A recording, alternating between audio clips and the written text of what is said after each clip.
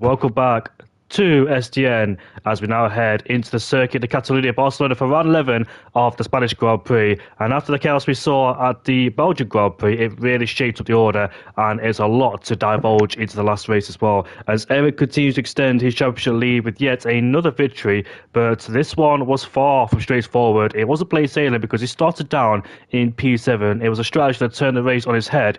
A perfectly timed safety car allowed him to go long, but at the ideal moment, it allowed us to pit and jump straight into the lead. Alongside of Hattekas pulled off a similar move from even back, and both drivers capitalised on an opportunity that completely flipped the order. And spare thought for Nero as well, who looked untouchable all weekend. Pole position, incredible pace, but the safety car completely derailed his race because he dropped out of contention in what should have been a dominant performance for him as he made his debut with a stunning pole position of a 140.3 and clear of the rest of the field. But now we arrive in Spain, a track every driver knows inside out. Barcelona is the ultimate benchmark circuit, a place where the car balance and the confidence is absolutely everything. Long sweeping corners like turn 3 test aerodynamic performance, whilst the final set can be really tricky as well. So let's see which driver capitalises. We've got qualifying, which should be absolutely crucial as well, and the tyre wear is absolutely high, which has been a big factor majorly in the past league racing history. So now let's see what happens here. Eric builds a commanding lead. Rivals like Mel, Sasha and Kick need to respond immediately, as let's see then what happens in this qualifying session. We've got SQ1 or qualifying. My name is Jamie Morris, and alongside me is Milan Alanga. Milan, how you doing, mate? Nice to see you here at the very last moment. Yeah, apologies for joining a bit late, just finished the evening, but thank you very much. Great to be back here in SDN, and the Spanish Grand Prix is a track I am familiar with. Did a race last week, of course, not the best result, but still. But yeah, looking forward to tonight.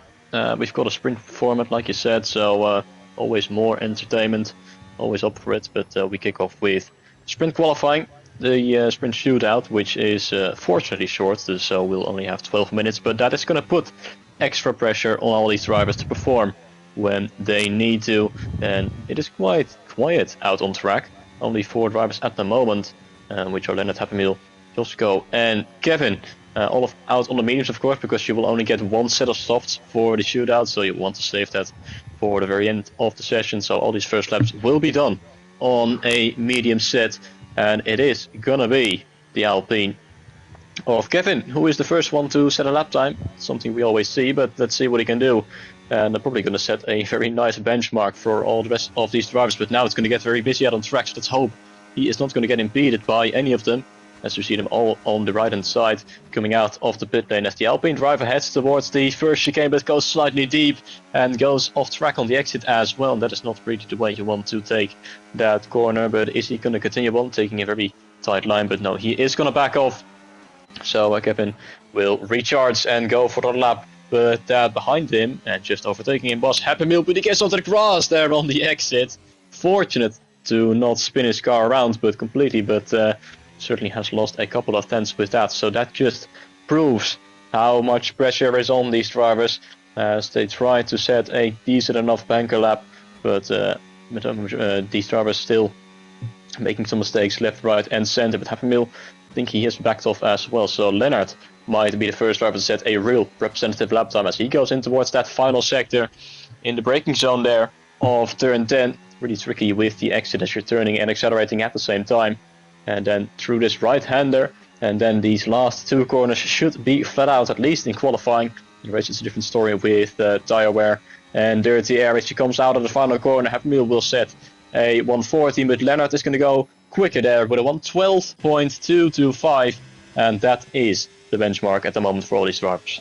Josko has just invalidated there in the Haas on the final corner, so the Dutchman there unfortunately could not complete the lap time. Somebody's gone for a spin down at turn 3, and I think that is a Racing or Red Bull. Let's see who it is. It's Happy Meal, so that's going for his second consecutive lap time. He got beached as well. You can see him there just wheel spinning massively. So those mini compound tyres are done. Will he have to use those mini compound tyres later in any sessions? I'm not quite sure. But his teammate, who is the benchmark and the championship leader, and he said to me last week, not in the podium interviews but in DMs, it was an underwhelming win for him as well, because obviously the standards, what we saw last week at the Belgian Grand Prix wasn't up to date. Good evening, Glowstick. How are you doing, mate? A new driver who hopefully shows his presence in Division 1 or Division 2. But Glowstick pretty much was tuned into last week's stream, and I believe he's a driver for JSR as well. So a new addition, he's coming back to league racing. Turn 7 and turn 8, you can see the outside curve there as well. Be very wary as Fireblaze now pops his Mercedes up to first place with 11.989. Now, there was a bit of controversy between the two Mercedes drivers because Mels Makis was the faster Mercedes and Fireblaze let it go quickly as well. As Fireblaze, Eric there has a massive slide out of turn 10, but Kevin Zillerberg now heads towards the top with 11.897 in the Alpine. He struggled in Belgium, didn't he? And he was unlucky with the safety car timing too. Here comes Eric, making his way now towards that final corner with the DRS wide open. The Red Bull across the line, he goes up into P3 just behind Fireblaze. And Sasha, who picked up unlikely podium back in Belgium, goes up to P5. He's picked up a lot of podiums this season, but only one win, which was back at the Australian Grand Prix, the very first race of the season, when other people around him fell down due to time penalties. Lucas goes up into P2 in the Williams. Both Williams as well didn't really have a particularly good race back at the Belgian Grand Prix. Got stuck down in the lower end of the field. And Kick, however, coming out of turn 9. Let's see his middle sector. It's a 50.399. So Kick has been struggling in terms of racecraft. He hasn't got the longevity, he hasn't got the pace to keep up with the guys in front. He tends to drop off backwards as well. I think his last win was at the British GP this season. Here comes Kick now towards the final corner. Let's see how the Dutchman does on his current lap time. He goes towards the top end of the field with 11.847, exactly about 500 quicker than Kevin Zillerberg in P2. So Williams 1 and 3, which bodes well for this qualifying session. They seem pretty handy so far, but it is the story. It is early doors here in qualifying. I think majority of people will eventually switch over to the soft compound tyres. They don't want to waste a set of soft compound tyres because I think they need it in the sprint, or maybe they choose the mini compound tyres. But Mummy Nick is back after taking a bit of sabbatical in the last few races. Here is the Kick Sauber driver. His teammate is Shiba Gamer. It's usually Ticey and Mummy Nick in the Kick Sauber there. But he is back after go-karting in Belgium, and the Dutchman is back. Vessel goes up into P4. He had a torrential race back in Hungary, didn't he? And he dropped all the way down the order. The PSGL F3 driver, who also suffered bad luck in the last race at the Brazilian Grand Prix, who retired as well along with Ivan, so not really good there for Vessel. But hopefully here in SDN he does a better job, because we know he's very quick, but sometimes he just doesn't show it due to inconsistency, mistakes, whatever, or not having the racecraft ability either. But your timings are, it is Kick on pole position on the mini compound tyres, but eventually every single driver will switch over to soft compound tyres. Like you said, this is pressure because it's a shorter qualifying session and it's like a one shot, isn't it? Because people do their, let's say, reference points or banker lap times on the mini compound tyres. Then the real fun starts on the soft compound tyres, but the pressure is much more higher and you've got to deliver as well, especially a track like this where overtaking is difficult, Milan. Overtaking indeed is difficult around this track because, well, you're obviously going to have those DRS range during the race. Every single driver within DRS range, so that already makes it difficult. And then you only have those two DRS zones, and outside of that, it's really not many places you can make an overtake except for the braking zone of turn 1 and turn 10. So yeah, this track notoriously known for being tricky in overtaking, and I think that's something we can see as well later on in the sprint race and in the main race as well. And it's more going to be about the tire management and going for a different strategy in undercut to gain positions like that. As every single driver's in the pit lane, but as I say that, Happy Meal goes out, and he is the first one to do so in the Red Bull. So I think that tells us that he has brought a little bit more fuel just in case he invalidates his first run, because of course it's only going to be one run on this set of softs, so he needs to make it count. And he's down in P12, so he needs to set a good lap time because his first run he backed off. So this last run is going to be very important for him, so you can see why he has brought a bit more fuel, so he can at least qualify himself well and give himself the opportunity to go for a second lap. Two drivers still haven't set a lap time yet. That is Josko and Octavia, and Colin and Rick Ju and Dominic also, all of them haven't really set a representative lap time either. So quite a couple of drivers who are struggling already in this qualifying session, and it is a very short qualifying session, so the pressure really is on.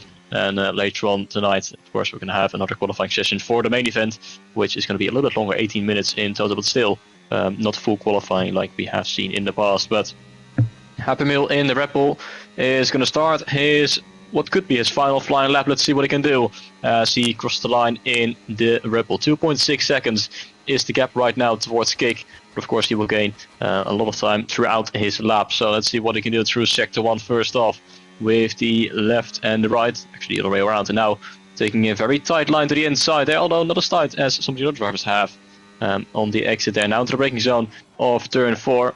You can see turn Sector 1 is where he drove flat out on his previous run, but then on the exit there is where he lost it on his initial run, and this is where he's going to be gaining the most time. But he only gained just under a tenth of a second compared to his medium run, so not really the best first sector, I think, for Happy Meal. Now heading towards the flat out turn 9, and DRS will be open towards the braking zone of turn 10.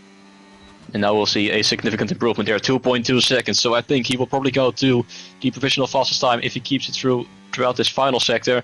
But there will be other drivers also on that same set of softs who will be trying and pushing to steal away that potential pole position as he comes towards the final corner. Happy Meal.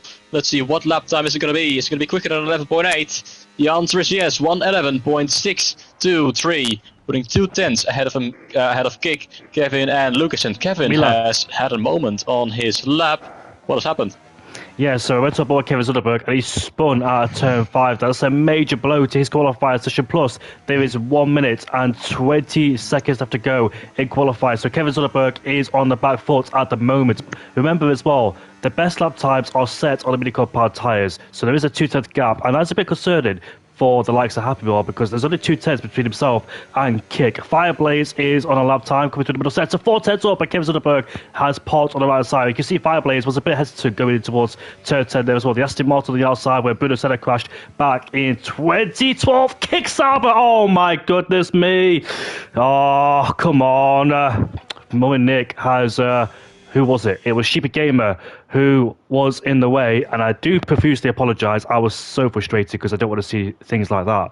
But yeah, I was so frustrated for Fireblaze, even though he would have been so annoyed with that too. So it looks like Fireblaze's session has been compromised as he's taken the old route in the pit lane. Now he goes. So every single driver, borrowing Fireblaze, is out there on the circuit so far. There is 20 seconds left to go on the clock. So let's see who should we go on board with right now. I think the McLaren driver of Vessel going through turn 9. No, that's his teammate TVHNL. But Vessel is up by 200ths of a second there in the first sector as he now rounds turn 9. This used to be lift off a corner, but of course with the downforce on this car on these days, it's flat out. It is, let's see, middle sector only 400s up there in the middle sector. Not significant improvement, but Kevin Zunderberg has crashed out again. That's at turn 5, but Bottas spun, I think, in practice or qualified. But Vessel now making his way towards the final 2 corners on this racetrack. Let's see, can the McLaren driver improve? Sasha Josko goes up into P2. What could Vessel do? Vessel across the line, P4 for him. And let's see what other boats in as well. Kick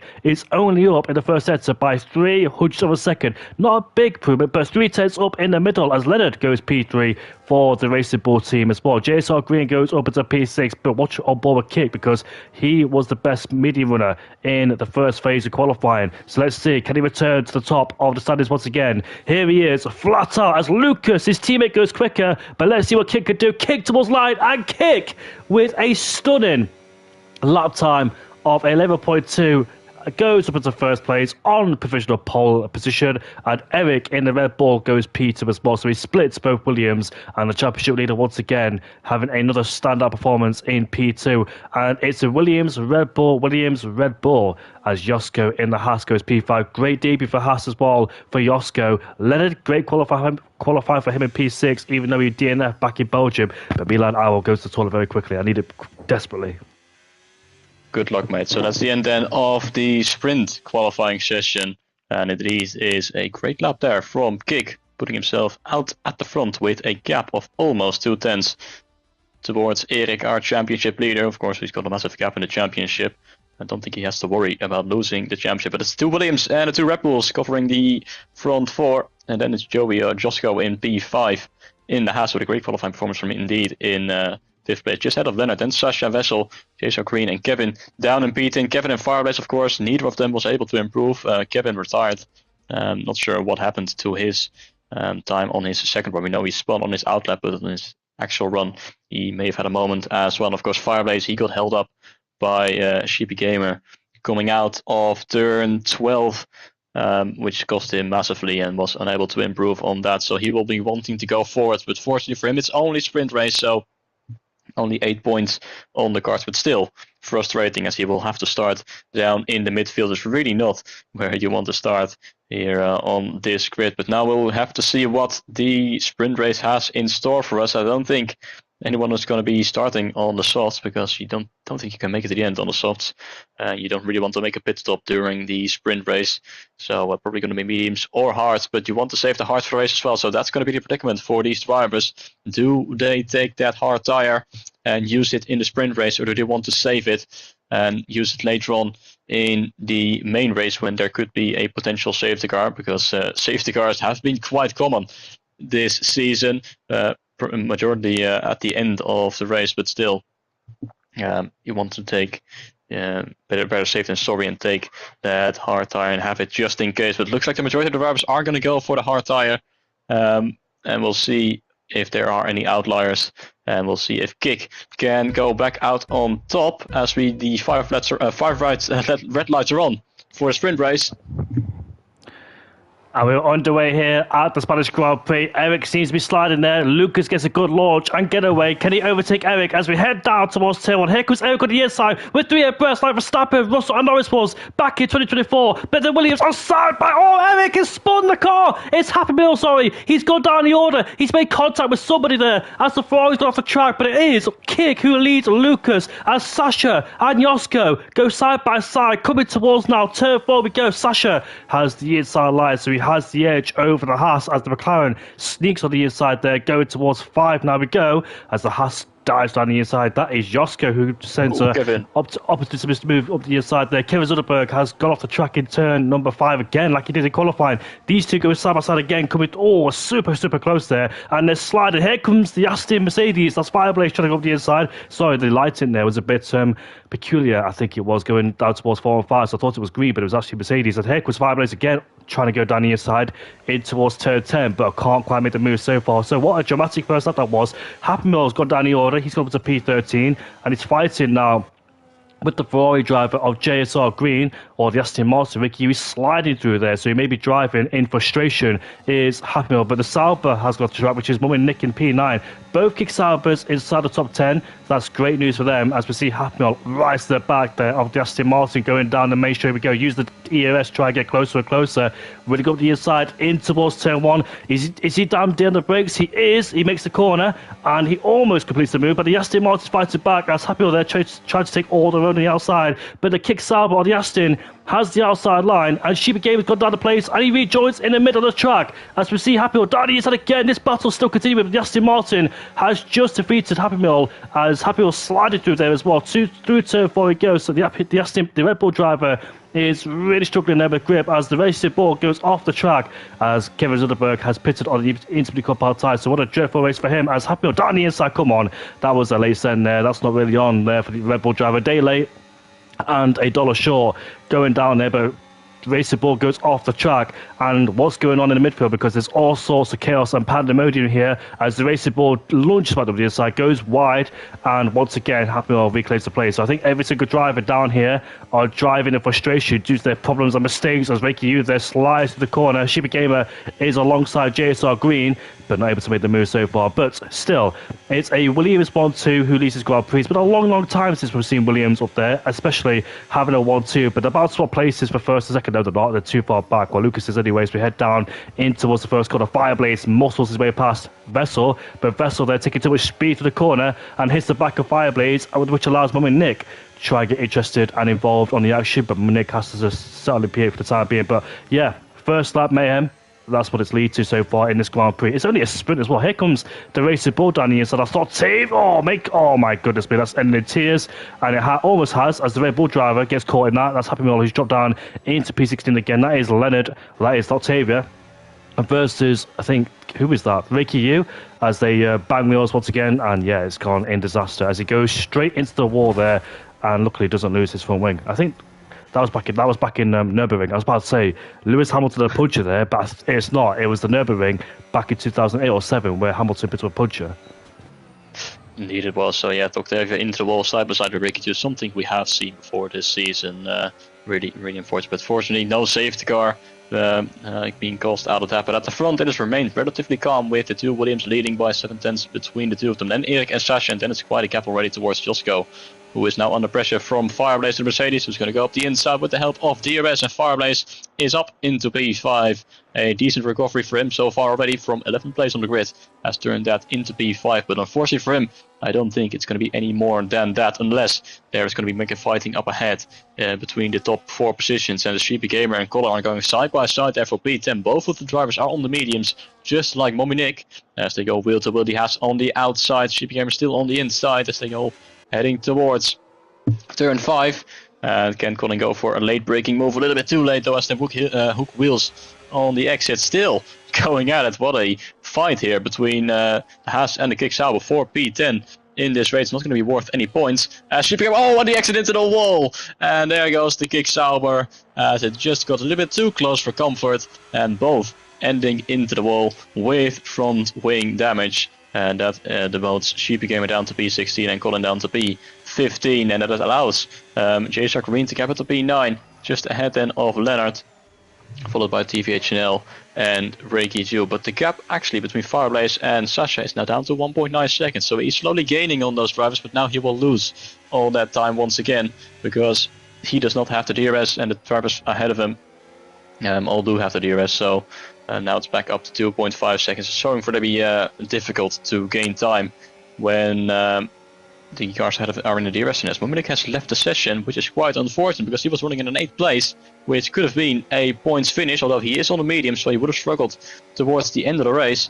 But now he is going to lose a bunch of time and a bunch of positions, as he will start to fall back, as well as Stevie Gamer and Colin are into the pit lane for obvious reasons, having to replace that front ring, and they will be out in P15 and P16, but it seems like it has settled out now a little bit in the midfield as well, as gaps are starting to form as well, down from P8 onwards, as Dominic will lose that 8th place now towards JSR Green, unfortunately, and drops out of the points with that, as Fireblaze once again gets to around 1.7, 1.8 seconds, as Octavia has gone off through turns 7 and 8, and finds himself facing in the wrong direction. Let's hope he gets it going once more, as he was stationary for a brief moment. But Fireblaze now 1.6 seconds, but now he loses down for half a second, I think, towards Sasha, because he doesn't have the DRS. But here goes the Williams drivers now swapping positions. Lucas takes the lead of the race here on lap 6. That's Erik having a look up the inside of Kick, now going for a switchback, but on the outside now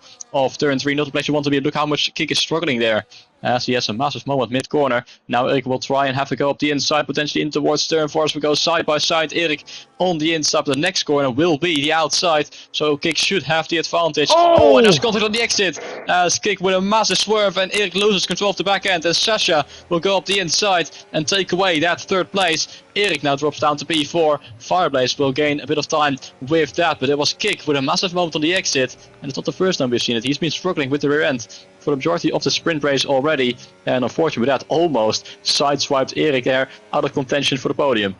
This is like history repeats itself, because if you remember, the last time we had a sprint Friday was at the Hungarian Grand Prix. Guess who won the sprint on the Friday? Lucas.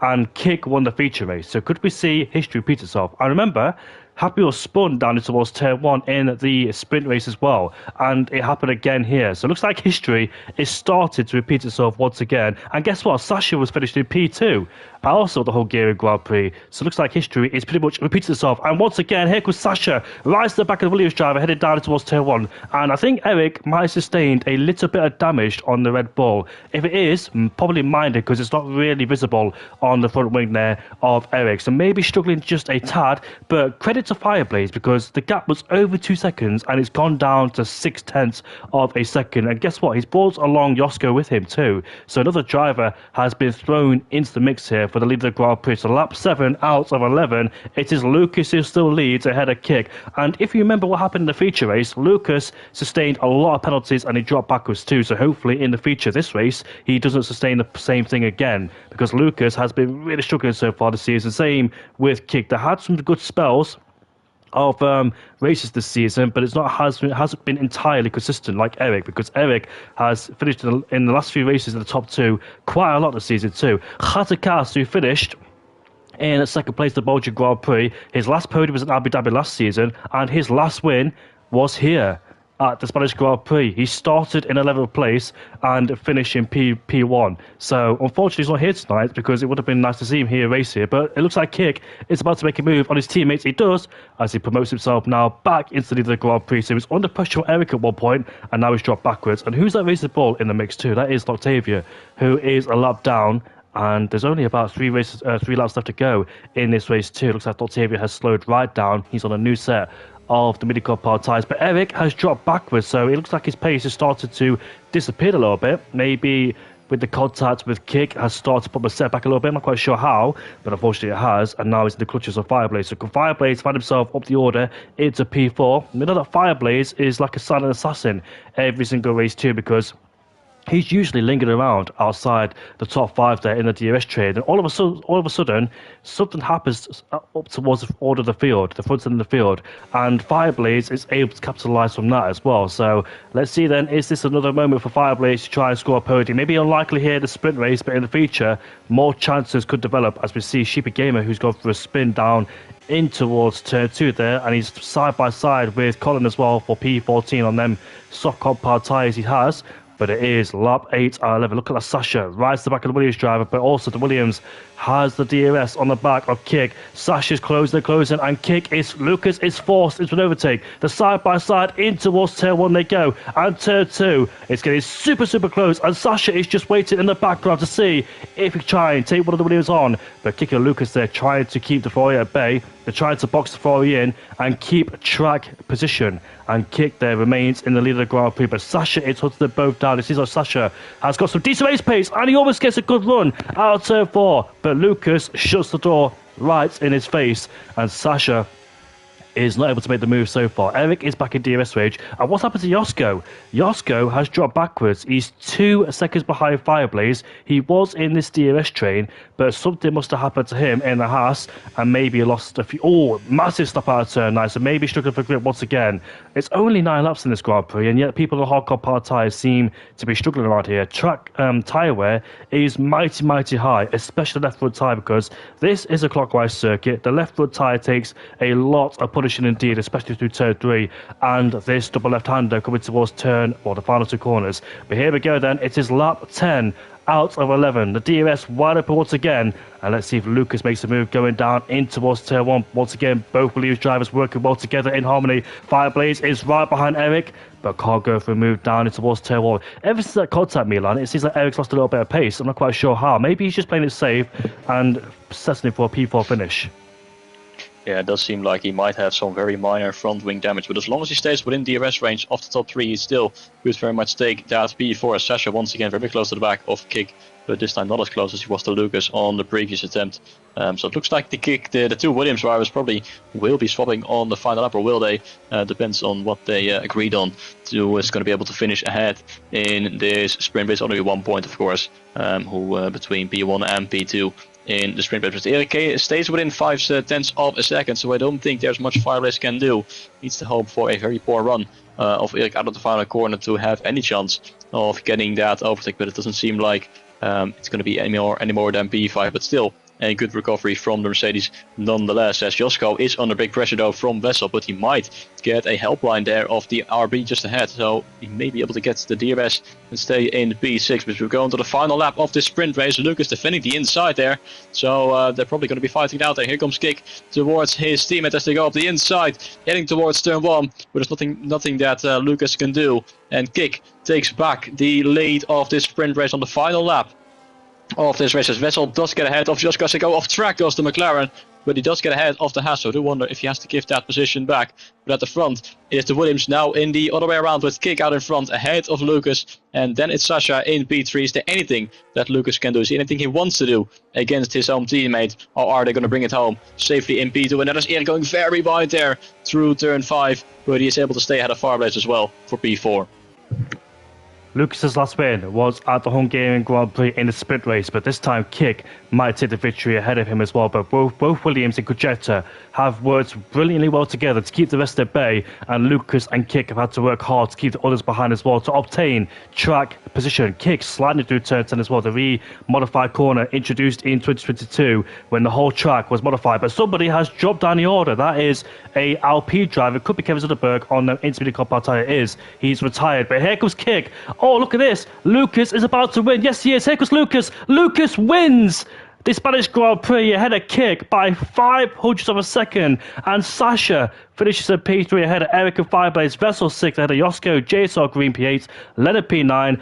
And once again, consolidation there for Happy Meal in P10 because once again he spun like he did at the Hungarian Grand Prix. TV Chanel in P11 ahead of Nick, Reiki Yu, Colin, Sheepy Gamer, and Saltavia, who's already crossed the line. But that's a nice gesture again from Kick. Remember back at the Dutch GP last season when Kick let his teammate through.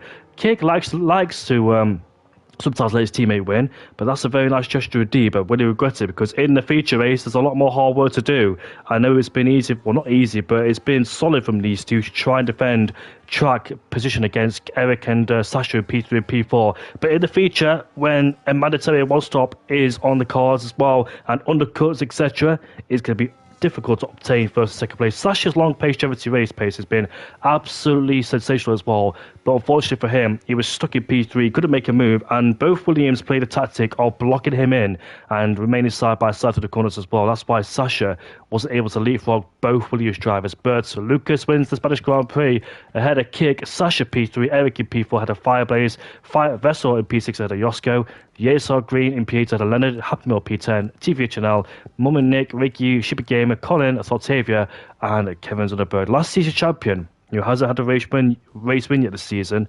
unfortunately retiring from this race, and he has had a 4-week break as well for good measure, so that's probably why he is struggling. But I really hope the champion can return to form once again, because it's been unfortunate seeing like this, the defending champion of SDN, and nobody has been able to defend the champion since Fireblaze in Season 1 and Season 2 when he took the championship in the first 2 seasons. Then I think it was Mikey Season 3, Kicker Season 4, then it was Eastbound Season 5 and Kevin Zuckerberg in Season 6. But the championship is pretty much going down Eric's way. Let me read you the championship standings before we kickstart the feature race. So, the championship standings is Eric with 270 points ahead of Mel's 125, Sasha P3 with 124 ahead of Kick with 121, Fireblaze with 121, Lucas 6th with 81 points, Christian, who is Happy Meal, 7th with 73, Kevin Zuckerberg 63 in 8th place. 9th place is Khatikas with 2 podiums to his name this season, 53 points. Online Ollie, who picked up a podium back in Saudi Arabia a couple of races ago, has catapulted himself inside the top 10 with 44 points. Finn Hertz 11th with 27, JSR for Stefan in P12 with 19, Meister Colin 13th with 15, Leonard 14th with 11, which is underwhelming for him, Wards P10, 15 with 10 points, Power Seam 16th ahead of Robbie Jacobs, Mark, Ticey and Vessel, and Mum and Nick, Reiki Yu, Colin, JSR Green, Sheepy, Woodsy and Neo in 27th place there, and has been 30 drivers this season. Ivan, Daniel and Saltavia have a picked up points yet this season, but we arrive here in qualifying, short qualifying then, and we'll see which drivers then can they change the setups, Milan, from the sprint over to the qualifying session? I believe they might be able to, but I'm not sure if the park finish setting is on. So I think you are able to do that, but I'm not too certain about, so don't quote me on that. But here we arrive then for the short qualifying session. Happy Meal is the first driver out on track, and he is on the soft. So I think they have two brand new set of softs for this qualifying session, so they can do 2 runs. Because of course they had to use one already in sprint qualifying, so 1 less than usual. But he is going to be the first driver to attempt to set a lap time. Kevin is out there as well on the mediums, to be fair to him. So going for a little bit of a different, but of course he saved some tires in the sprint race, because he started the sprint race on soft and then switched over to the intermediates once he had his moment down at turn 5. So he's got a few softs and mediums to spare, which he can use in this qualifying and in the race that is coming up later on, so he can use a bit more tires to his liking as Happy Meal starts his first flying lap here in the short qualifying session. Let's see what he can do as he heads towards the braking zone of turns 1 and 2. Much cleaner through there this time, and now heading towards that flat out turn 3. Want to stay very tight to the inside, much tighter than he did on his run in the sprint qualifying. Now heading towards turn 4, very nice apex there as well. Ran out wide in his initial run in sprint qualifying, but this time he keeps it clean and out of the grass towards turn 5 then on the exit. Using a bit of battery now, and we're once again heading towards turns 6 and 7. The chicane, very, very tricky with the curbstone on the outside there. The sausage curb can really throw you off guard if you hit that at the wrong angle. Now flat out through turn 9, and DRS open for the second time on this lap, and now towards the braking zone there of turn 10. Really have you throw your car in with some wheel flicking to really get that extra rotation that you want. And now towards the final braking zone, which is turn 12, and the rest should be flat out towards the finish line, and we'll see if he can break into the low to mid 11s one already on his first run. Here he comes towards the finish line. It's going to be 11.919, and let's see who else is going to be able to beat that. Lucas and Sasha both starting a lap, but both of them are on the intermediate, so it seems like quite a few drivers are opting for the Inters to do a bit of a test run to look if everything is working properly, and they're saving their 2 sets of softs for later on in this qualifying session. Kevin goes second there, but a 121.8 is definitely not any representative lap time, so you might go for a bit of a test run as well on race pace. Leonard is taking the older layout there of the Spanish Grand Prix. Nice to see that as well, but it looks like Happy Meal at the moment is the only driver who has set a lap time on a flying lap on the slicks, and his lap time at the moment to beat is 111.9. But since we have seen mid 11s in sprint qualifying, I definitely think that there will be drivers who are able to beat that. So pole time in the sprint was 11.3, so quite far away from that lap time set by Kick, as Sasha there almost loses the back in the car. We don't really see a lot of rain in Spain. I can't remember last time it actually rained at the Spanish Grand Prix. I think it was 1998, I think it was, or 7, when Michael Schumacher won the Grand Prix. Don't quote me on that one. It was definitely in the 90s, but modern time, we haven't really seen rain around here. It's not really forecasted, and it'd be nice to see what happens if it rains here at the Spanish Grand Prix, because that could really shake things up as well. I've raced around here whilst I've been wet in Spain as well. It's quite unusual, but at that particular part of the year, it is very sunny, very humid, and very hot, as we see Kevin Soderberg round the final corner with the DRS open. It's going to be 11.6, so that's better than Happy Meal's lap time on the soft car powered tyres by 0.3 of a second. But yeah, what was the race where I think it was Schumacher who won the Grand Prix? It was torrential rain, and he took his first win. I think it was 1996 where he took his first win for Ferrari in the wet conditions indeed. And yeah, what years he had with the Ferrari team, winning about 6 championships with the team. I think he won 1 for Benetton or 2. As Tortevia really slides through the corner, turn 7 and 8, coming through turn 9 right now. And Mummy Nick has joined by the session, so he's finally joined back, has the Kick Cyber driver, so hopefully we can see him partake with the rest of the field then. So not many people out on the circuit, just waiting in the pit lane for the final moments here in qualifying, because obviously this first set of soft car powered tyres were used in the sprint qualifying session, so that's why they don't really have many sets of soft car powered tyres in this session. And the soft car powered tyres are not a particularly great race tyre either. They last about 5 or 6 laps, as Tortevia goes up into P3 in the raceable, then about 2nd and 2 quicker than Reiki Yu, who slides through turn 10 there as well. So it's the quiet before the storm here at the Spanish Grand Prix, as all the drivers there just waiting patiently in the pit lane, waiting for the final moments in qualifying. But so far, it is Kevin Soderberg who occupies first place. And Kevin Soderberg as well, what a dismal season it's been for our defending champion of Season 5. He had 10 feature wins and a couple of sprint race wins as well. He was so dominant last season, nobody could catch him. I think his highest result was P2 at the Austrian Grand Prix, being defeated by Finn Hertz, who is a reserve driver. And like Kevin as well, Finn is an incredible driver who's very, very quick, but sometimes he can have his moments as well. He used to be teammates with Fireblaze back in the olden days as well, when it was Ferrari versus Williams, and what a battle that was between those two teams as well. That battle, that rivalry continued all the way through to Season 4. Then a new player of Eastbound in the Haas, who joined in Season 4, and he was a force to be reckoned as well. He was a threat throughout the whole season, and it was him pretty much versus Robbie Jacobs, Hattekas, Kick, Lucas of Fireblaze, and he was the one that took the championship all the way down to Brazil, and it was him versus Fireblaze. And Hattekas' last win, like I said, was at the Spanish Grand Prix 2 seasons ago. I don't think we raced around here in Spain last season. I think it was off the calendar at that moment in time. But that race wasn't so without its thrills and spills. As we see, I think she became a goal to P4 in the Kick Sauber. That race, though, provided everything with safety cars, collisions, absolute pandemonium, and chaos through the last few laps of the Grand Prix. Hattekas started in P11 and finished in P1, defending from the likes of Eastbrand and a lot of drivers who were behind him as well on that day too. But Josko, let's see then, is this a representative lap time on them soft car power tyres? I think it's a brand new set, so this should count. There is 10 minutes left to go in this session as he kickstarts his flying lap, headed down in towards turn 1. Let's see how he takes it. Hits in the 100-metre board, coming through turn 1. He misses the apex slightly, coming through turn 2. Runs on the curve very nicely as well, taking all the track on the outside. Now turn 3. Don't take too much steering input as well, because you'll scrub off so much time. Going to take a tight line through there as we now flick our way down in towards turn 4. The reference point is the shadow under the bridge for turning.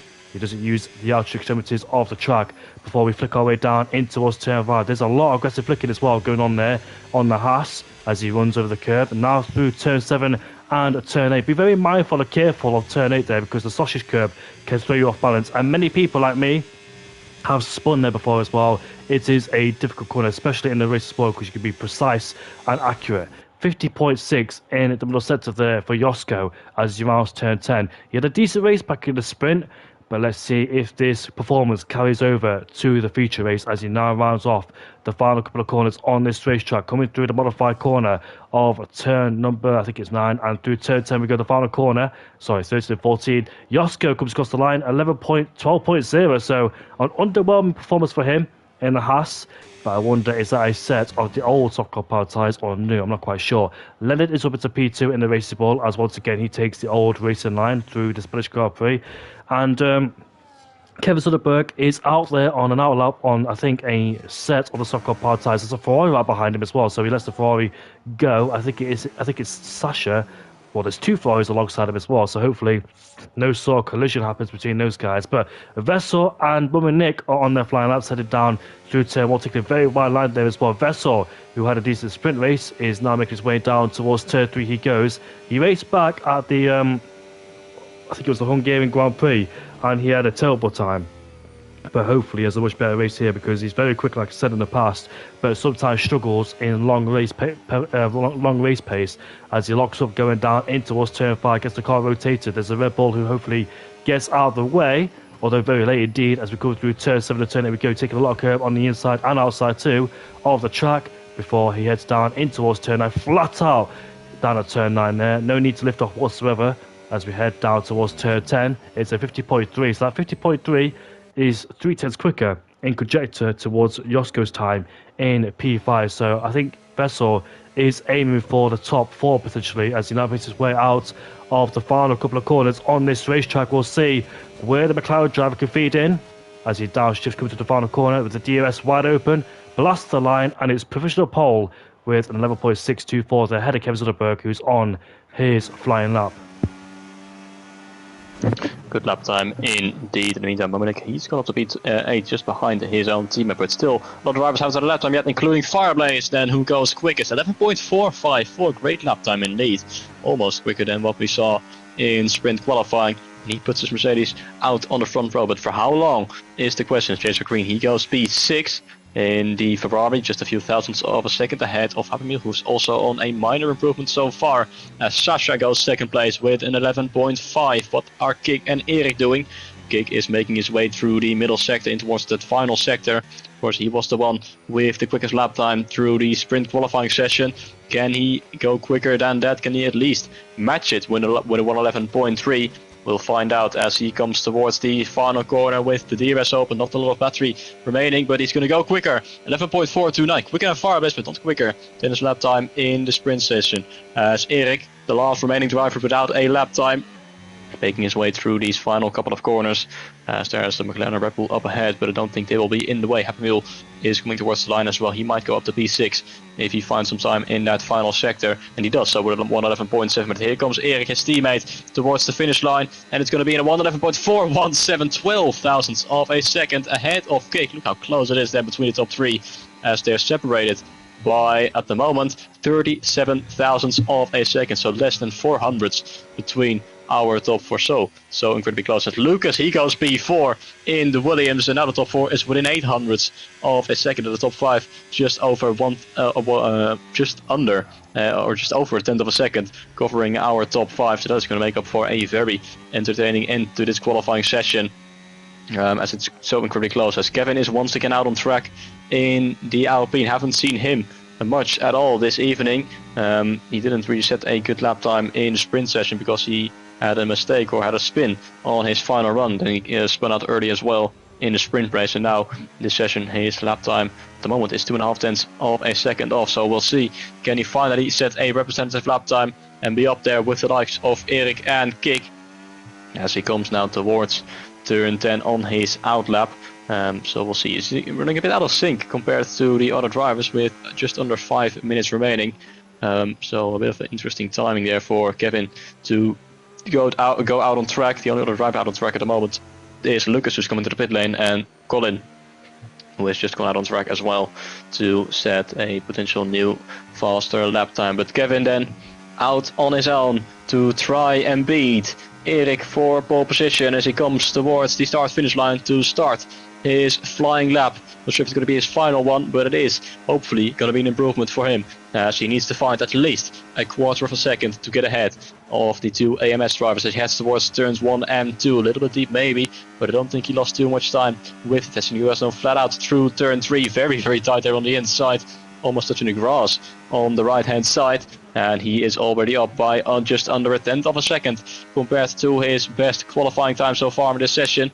Now heading towards the braking zone of turn 5, where on the exit we saw him had a moment in the sprint qualifying session, and also where he spun around in the sprint race. Now heading towards turn 6 and 7 as he runs slightly wide there on N3, but not by too much.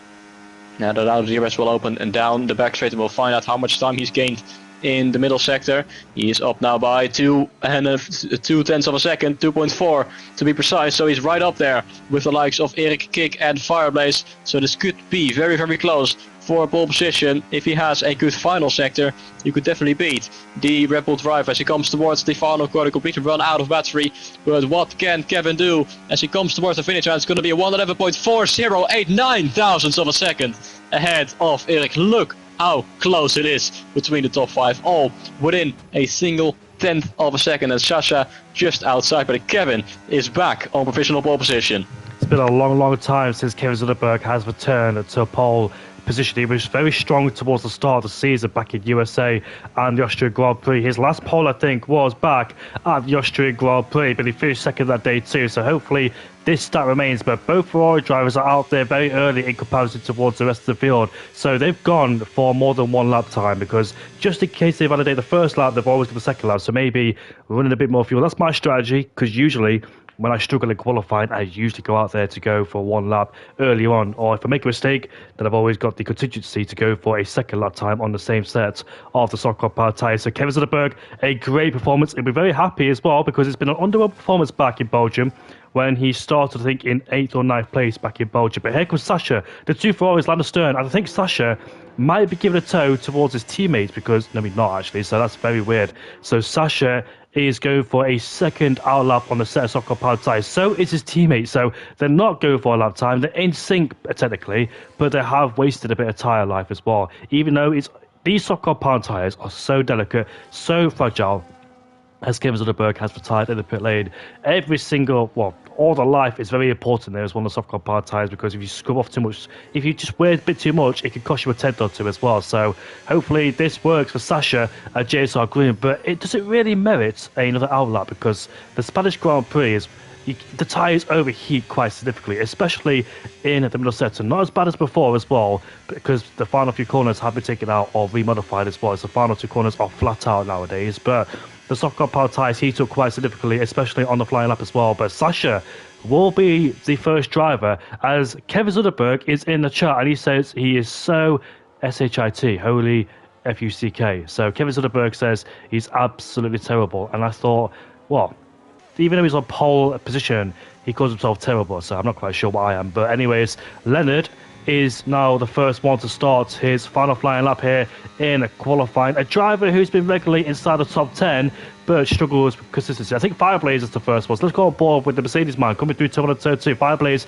is yet to win a Grand Prix this season, but he has picked up multiple podiums as well this season. Currently P5, I think, in the Drivers' Championship, as he makes his way now towards the end of the first sector, up by almost a tenth of a second in the first sector. Kevin says he lost 3/10 in sector 3, and he did a validate as well, Milan, on his previous lap, hence why he stayed in P6 on that occasion. But Fireblaze, a bit of understeer counted towards turn 5, so May scrubbed off a few tenths that one, a few hundreds now and there, as we head through turn 7 to turn 8. Nice run, threads the needle, coming up towards turn 9, should be easy flat out now into gear. Use the battery to boost yourself along down towards the middle of the straight. Coming towards the end of the middle sector we go, up by a tenth of a second. This could put him on pole position. Can he find any more lap time in this final sector? Easy said than done. Easy to make a mistake, especially when the pressure is so high. As here comes Fireblaze now towards the final corner on this racetrack. Bit wide through there, but let's see what he does. As he crosses the line, Fireblaze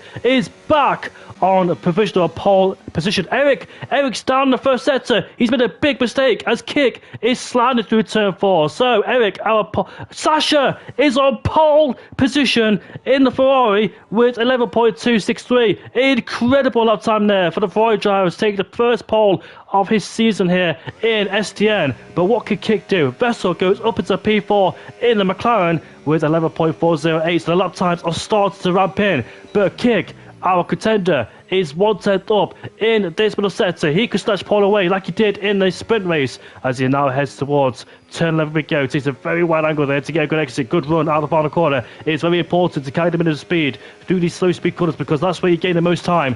As he now pins it to the final corner we go. Use the last bit of battery he has in his disposal. And it's not pole, it's P2 with Kick with 11.309. But Sasha, he has been blisteringly quick all day long, and he has put it on pole position, which correlates it well for the race.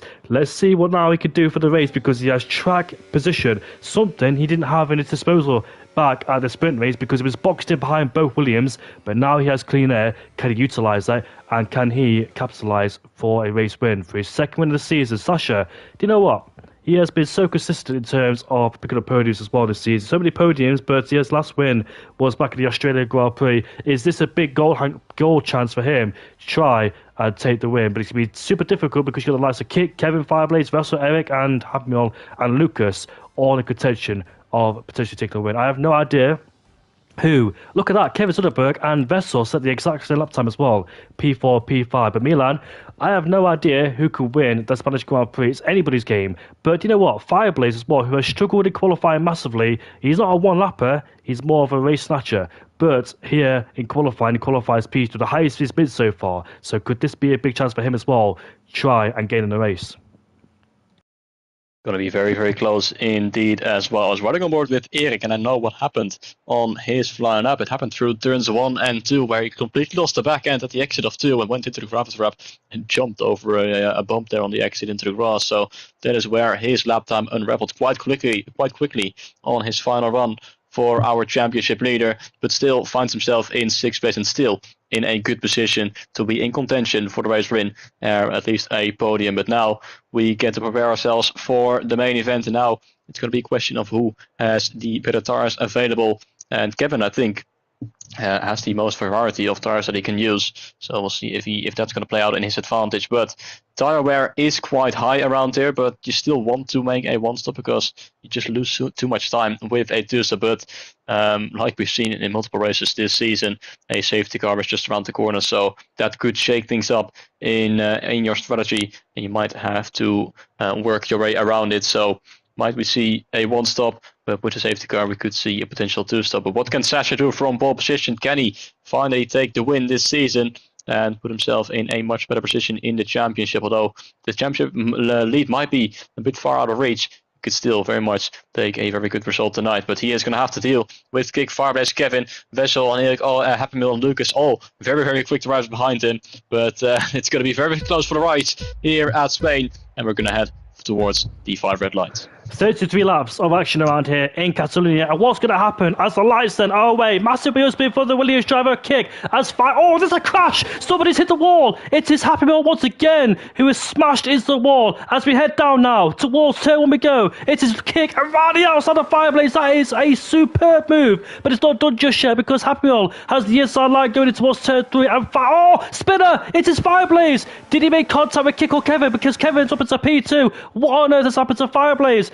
And he's dropped into P10. What a shame for Fireblaze. Finally, a great qualifying there, but surely somebody tagged him on the inside. Erik and Kick side by side like they were in the sprint race together, but they think they made contact beforehand. This time, get out unscathed.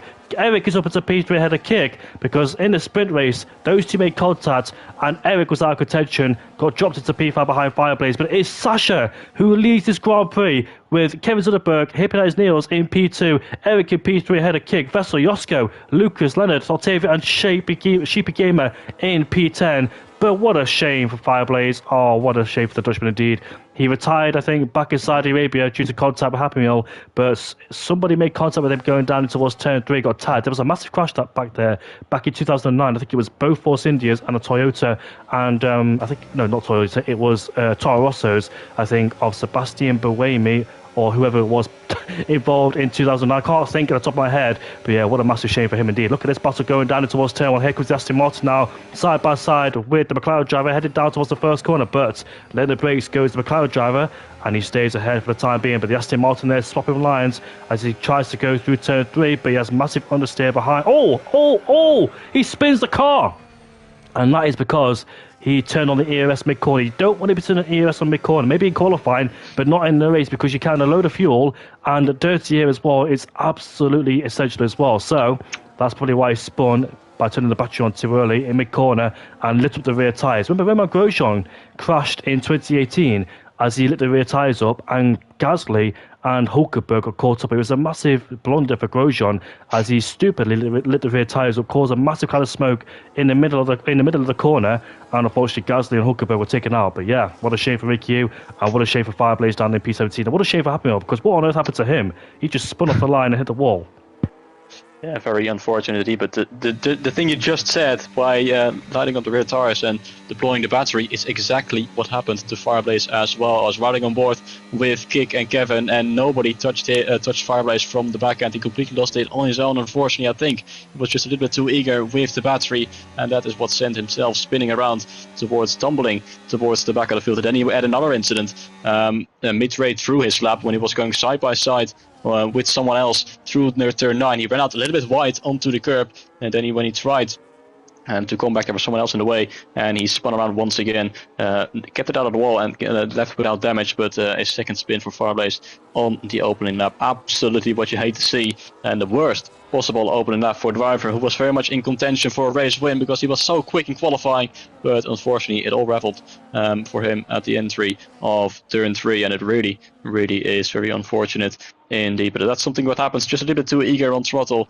and that is how easy and how quickly your race can unravel. But Sasha out in front, he has kept it clean with a 7/10 gap towards Kevin, and then Erik with a further 7/10 behind. The entire field is still within DRS range up towards Colin in P15 in the Haas. Jason Green is very close to dropping out the Monique as well in the Kick Sauber, as we go then on to lap 4 in this race. As Octavia picks up a 3-second time, but he finds himself actually in 9th place, so a decent start there from Octavia. As Kick in the Williams, he is the first driver on the hard tires as Ricky Yu has gone off.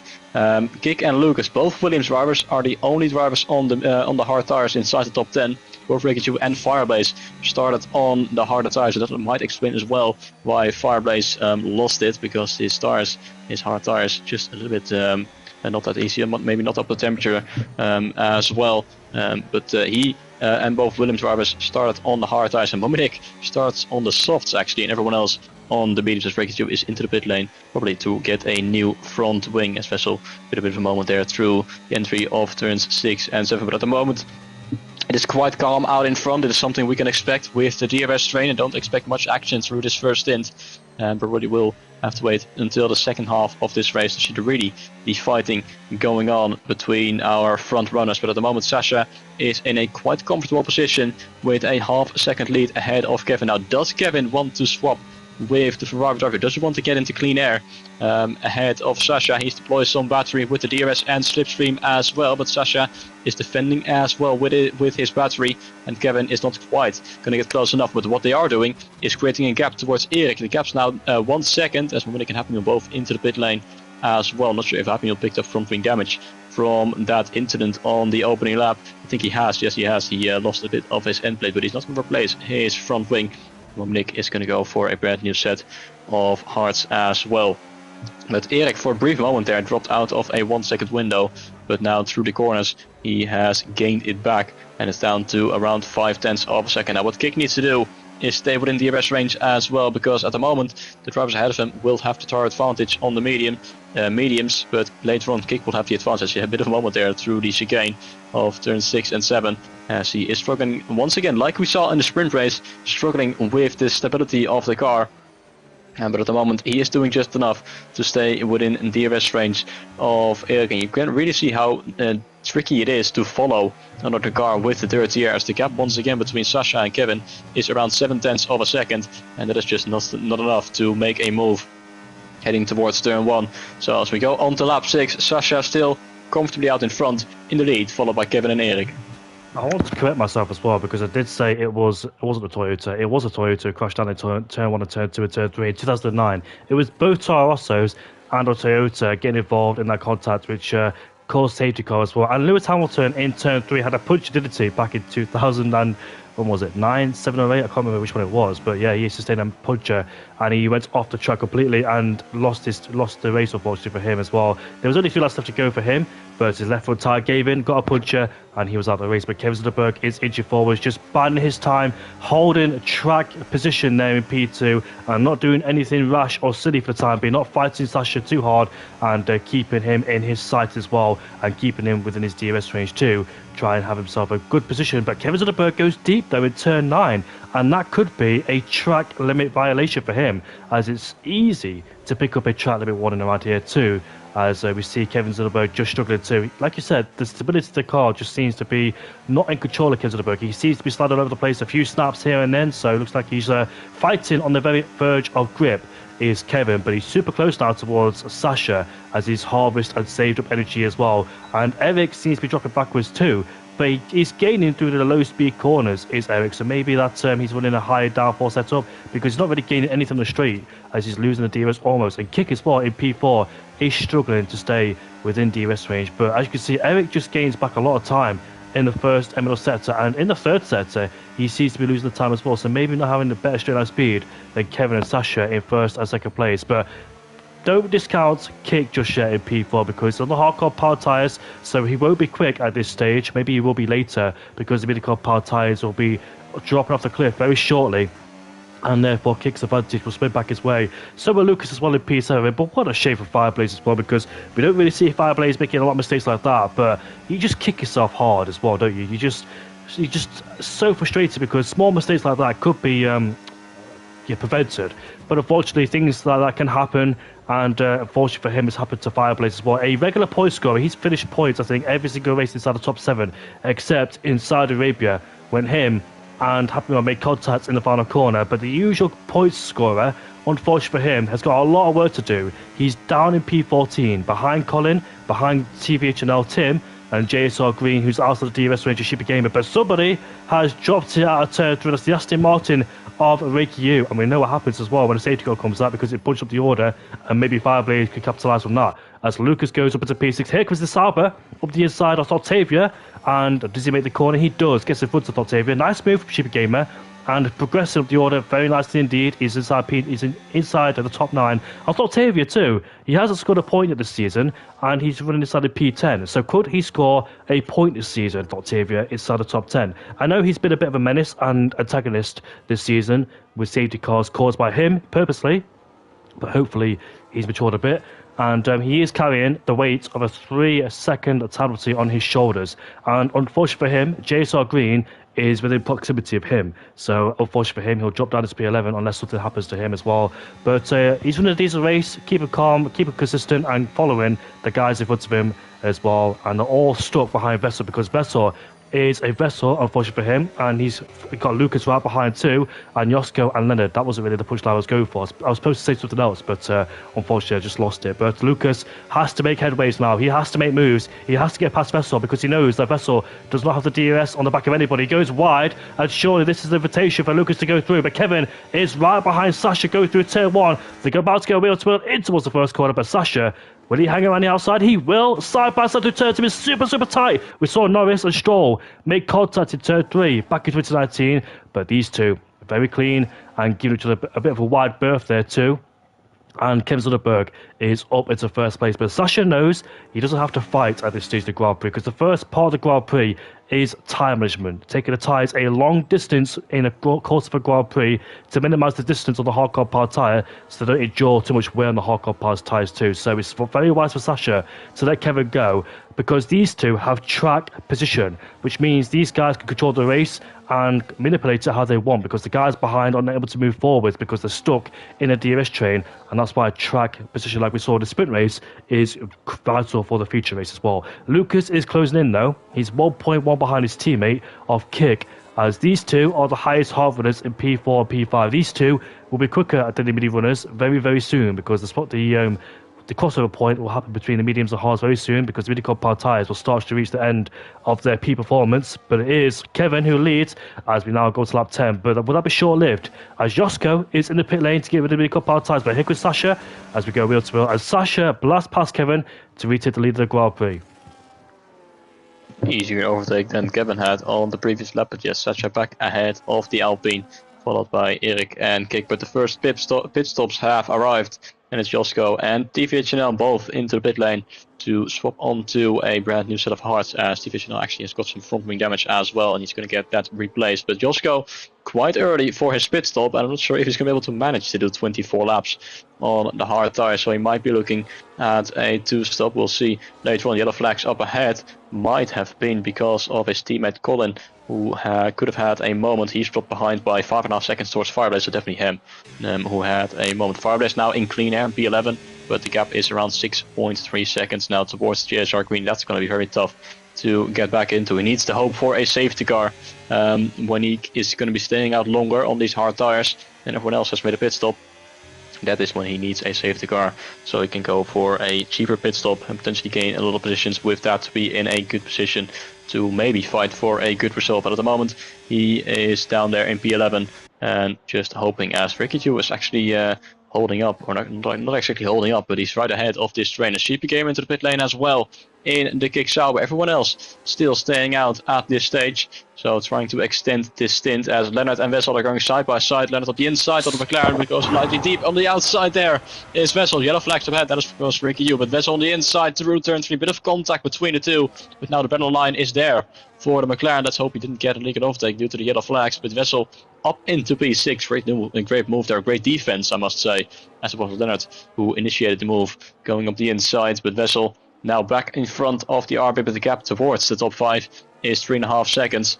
So it's definitely going to be a 5-way fight as it stands right now, without any safety car or any other neutralization in this race. Octavia's caught up to the back as well as there's Ricky Yu going off track once again for another spin with a really horrible time in this race. But Octavia, he's caught up the back of his teammate. Octavia's pace actually not too bad. Unfortunately, he does have that 3-second time penalty, but Jason Green behind him also got a 3-second time penalty, so there might still be a small chance that Octavia could score a point or two in this race. As we go into lap 11 or lap 12, Kevin into the pit lane from second place, and he's the first one to do so out of the top 5. Of course, the two Williams drivers will be staying out longer as Wessel and Leonard into the pit lane as well. But Sasha and Erik both staying out, as Sasha now got a bit of a gap towards the Red Bull driver of around 1.3 seconds. Let's see where Kevin is going to come out. He will be behind Fireblaze, but he should still come out, I think, ahead of Colin in the Haas, or he might not be able to. It's going to be quite close, I think, on the pit X. He doesn't really want to be in traffic on these new tires, but yes, he is going to be ahead of the Haas driver and right into clean air for Kevin, So Ricky now with a 10-second time penalty, and fortunately for us, retires in pit lane. That is a good sight to see, and becomes our first retirement of this race in the Aston Martin. But Kevin now in clean air. Can he perform the undercut on Sasha and Eric? Are they going to respond on this lap? The Ferrari and the Red Bull, I think they should, because the pit stop window is around now, so better not wait too long and lose the connection towards Kevin, because if Kevin is in clean air out in front, he might build that gap, because he has got some incredible pace as always when he's in clean air. So we'll see if Sasha and Eric are going to pull into the pit lane at the end of this lap. Eric is going to stay out, but Sasha into the pit lane. Our race leader is pulling to the right hand side of the track to take some brand new set of hard tires, and we will see where he's going to come out compared to Kevin. As Octavia into the pit lane as well in the RB. JSR Green will stay out for yet one more lap in the second Ferrari. Doesn't want to double stack with his own teammate, as there goes Fireblaze through up to P5, but Kevin now on the left hand side of the track. Will he be ahead of Sasha? I don't think he will be, actually. So Sasha has covered off the undercut attempt from Kevin successfully and remains out in front of the Alpine, but now he is going to be on cold tires for a couple of corners here, and Kevin might want to try and attack. Or does he want to? Because there's still 20 laps to go and the race isn't going to be decided here on lap 13. So I think Sasha has successfully made it work, and he is staying ahead of the Alpine driver. Now what about Eric then?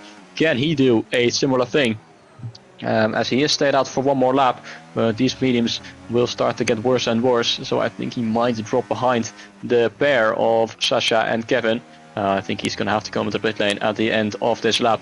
Is the Red Bull driver, or does he want to stay out for much longer? The two Williams drivers are pursuing him in second and third place, but there goes Eric to the right hand side of the track, and he comes into the pit lane as well as one of the last medium runners to make his pit stop. Which only remains to be JSR Green. He's coming to the pit lane as well to make his pit stop, but he slams into the pit wall. There goes JSR Green, just a little bit too optimistic. That is brought on the safety car. Safety car has been deployed, and that is not great news for Kik and Lucas, because they're gonna have to do a very long run on the mediums. And Eric, that is great news for him, because he might come out ahead of Sasha and Kevin, but they are racing on the pit exit. But Eric is ahead, he is. So Eric with a very lot of luck there, must be said, but he becomes our new virtual race lead. But very terrible news for the Williams duo. It looks like Eric has got some luck on his side this season, because like in Belgium, well, he's got past the safety car. He's not the leader. I thought he was the leader, but he's not. It is Kik who's the leader, because he came out before, he was in first place before the safety car came out on track. So yeah, confusion over. But yeah, Eric is, well, I think that Kik and Lucas will probably get, well, I think Kik for sure will probably get ahead of Eric in P4. Fireblaze, that this is a long way to go. The safety car came out very early in terms of the hard runners. And Kevin says, how lucky is he again, bro? Well, he's referring back to Belgium, because Kevin pitted one lap before the safety car in Belgium, and he was heavily compromised because he rejoined further down the order.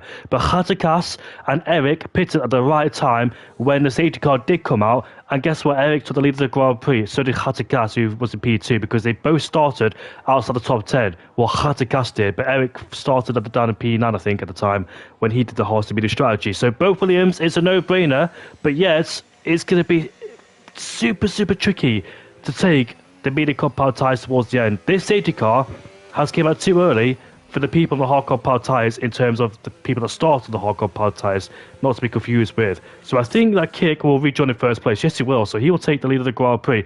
And Lucas will rejoin probably Sasha and oh, Sasha's retired. Why? Why have you done that, Sasha? And Kevin too. Oh my goodness me, two heavy hitters have retired from this race because of a safety car coming out. And my brutal opinion, I don't know what to say, man. I want to be brutal, but I don't want those two to hate me. But I'm going to say it anyway. It's just yeah. I don't know what to say, man, about that one. But I don't know, man. Milan, what's your opinion? I'm not sure what the reason is for their retirement. It looks like Sasha and Kevin are boycotting or some sort, as I see in the chat there. But yeah, I'm not really sure.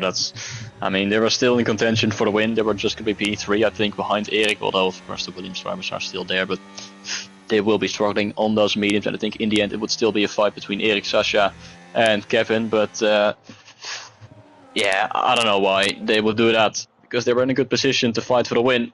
And just because of the safety car came out, which came out because of a genuine mistake this time, I don't think it was on purpose at all, was JSR Green just going into the pit lane a little bit too optimistic. And I've seen it before many times around this track. That pit entry can really, really catch you out, especially when you're on those very old tires. And he just carried a little bit too much speed into the pit entry, and unfortunately hit the pit wall, which only broke his front wing, but it was enough to bring out a safety car for some reason. I think it would have been fine with a VSC of some sort, but that is unfortunately the case. But yeah, Sasha and Kevin seem to be boycotting for that reason. Which is unfortunate to see, because I would have loved to see the fight between them and Erik and potentially the Williams drivers for the race win. But we will have to do that without them. But I don't think that is the right decision to make when you're in the race and fighting it out. But I can't refer that. I can't speak for them or what they want to do. So that is just how it is. That is how we're going to have to deal with it. And that is how we're going to have to get on with it for the remainder of this race, Milan, which now has put Kick out in front. Yeah, sorry, Milan. Kevin says he has a race in WOR and Sasha has a team event, so that's why those two retired. Makes sense.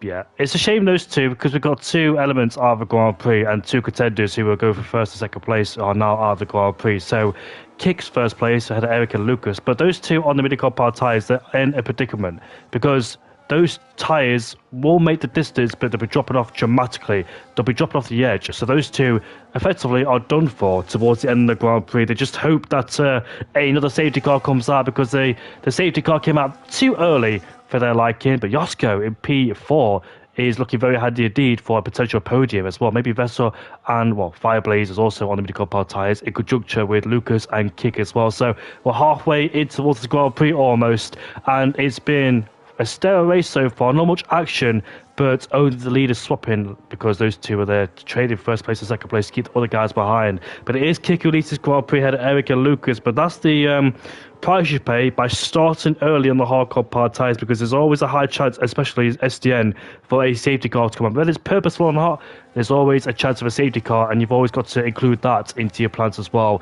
And unfortunately for Kick and Lucas, they're suffering, making the wrong mistake. In hindsight, it's a wonderful thing, but in the moment, you think it's the right thing indeed. But sometimes it does pay off later in the Grand Prix, sometimes it doesn't. And you never know if another safety car could come out too, like there has been plenty of times, especially here in Spain. There's about 3 or 4 safety cars that came out at the Spanish Grand Prix when Hartecas won that Grand Prix too. But yeah, it's an unfortunate situation that Kick and Lucas find themselves. They find themselves in a conundrum so far, but they've got to make the use of the midi-car power tyres.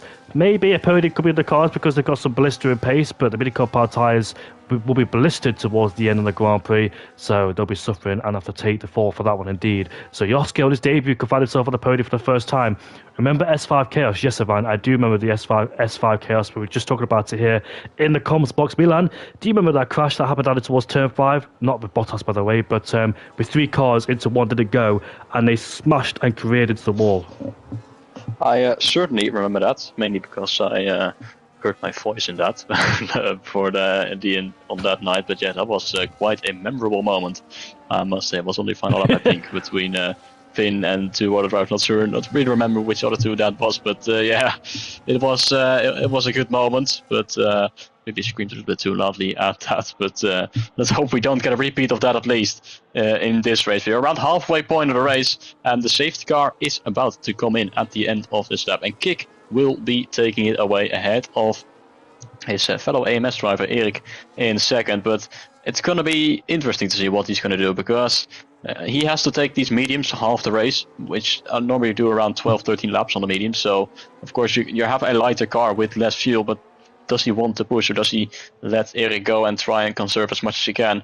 Or will he try and go for one stop and maybe hope for a safety car, so just try and push ahead? But here we go then for the safety car restart, and it's a good restart from Kick, at least ahead of Erik by around 0.4 of a second. Should be able to cover that off heading towards the braking zone of turn 1. Lucas in close proximity as well, and Josko actually in P4 And with those Williams, if you ignore those, he will be in P2. And behind there is a fight going on between Leonard and Fireblaze, and the RB's on the inside of the Mercedes. And off the track goes the McLaren of Vessel. In what has he happened to him? As he has gone off as well. Up ahead, we're going fighting between Happy Meal and Colin, as Octavia and Jason Green are going side by side. Leonard was going up the inside of Fireblaze, but there was just not enough space between the two. And the RB driver was spinning around, curling into the side of the Mercedes up the backbone. That is happening up the inside of Mominik to put himself back inside the top 10. And once again, Mominik has left the session with a disconnection. So really unfortunate with his internet. As we go very close there with Lucas at the back of Erik. Does he want to get ahead of the Red Bull driver as soon as possible and then try and control this race with his teammate? Or does he have to stay behind for the time being? Of course, Erik will have to DRS as well. So Kik is unable to break away from the Red Bull driver of over 1 second as we go towards the final corner once again to go on to lap 19 of this race. Lucas is 0.3 of a second behind Erik, but given that Erik is within DRS range, of course they don't have DRS yet on this lap, but he's still within the slipstream range of Kik. Lucas is unable to get any move done. And Josko following in P4. Sheepy Gamer in P5, but he's on the mediums as well. He has to make another pit stop as he's quite close to the back now of Josko. And Fireblaze following closely as well. He, of course, was a victim as well. Not only of his own moment on the opening lap, but of course this safety car as well, because he's now on the mediums to try and make it towards the end of the race. Josko is struggling as you have left the session, Jamie, so let's hope you can rejoin as quickly as possible, as well as Mominik has rejoined, but he has lost all his positions and all our time to be down in B14. And that is not really going to do any much better to his race. He hasn't raced many races in the past couple of weeks. He missed out on many races, so good to see him back, but he hasn't had the best of luck, as it is very close between our top three. Erik looking there at the back of Kik and Lucas, trying to have a go on the Red Bull driver as well on the inside. That is not quite going to work out in towards turn 12, as they are quite close towards each other now, heading on towards the back straight.